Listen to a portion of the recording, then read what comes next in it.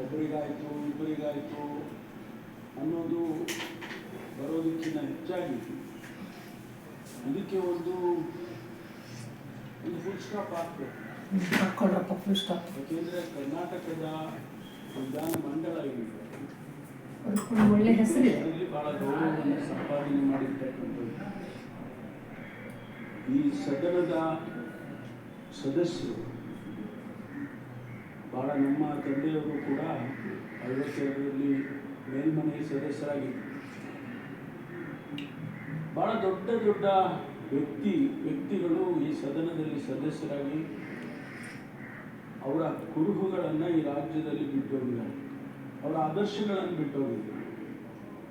ಅಂತಹ ಸಂದರ್ಭದಲ್ಲಿ ಈ ಸದನದ ಗೌರವವನ್ನು ಕಾಪಾಡಬೇಕಾದ್ರೆ, ಸದನದ ಮರ್ಯಾದೆಯನ್ನು ಕಾಪಾಡಬೇಕಾದ್ರೆ, ಸದಸ್ಯರ ಮರ್ಯಾದೆಯನ್ನು ಕಾಪಾಡಬೇಕಾದ್ರೆ ಬಹುಶಃ ಇದಕ್ಕೆಲ್ಲೋ ಒಂದು ಕಡೆ ಇತಿಶ್ರೀ ಆಗಬೇಕು.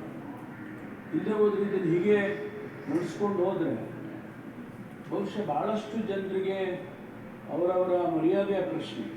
ಹಾಗಾಗಿ ನಾನು ಮಾನ್ಯ ರಾಜಣ್ಣನವರು ಏನು ಪ್ರಸ್ತಾಪ ಮಾಡಿದ್ದಾರೆ, ಅವರು ನನಗೆ ಒಂದು ಮನವಿಯನ್ನು ಕೊಡ್ತೇನೆ ಅಂತ ಹೇಳಿದ್ದಾರೆ.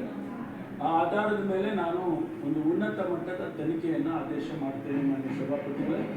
ಇದು ಗೊತ್ತಾಗಲಿ, ಇದು ಯಾವ ರೀತಿ ಇದು ಸತ್ಯಾಸತ್ಯತೆಯನ್ನು ನಾವು ತಿಳ್ಕೋಬೇಕಾಗ್ತದೆ. ಹಾಗಾಗಿ ಇದು ಗೊತ್ತಾಗಲಿ ಅಂತ ಹೇಳಿ ನಾನು ಒಂದು ಉನ್ನತ ಮಟ್ಟದ ತನಿಖೆಯನ್ನು ಆದೇಶ ಮಾಡ್ತೇನೆ. ಈಗ ಸಮೃದ್ಧಿ ಮಂಜುನಾಥ್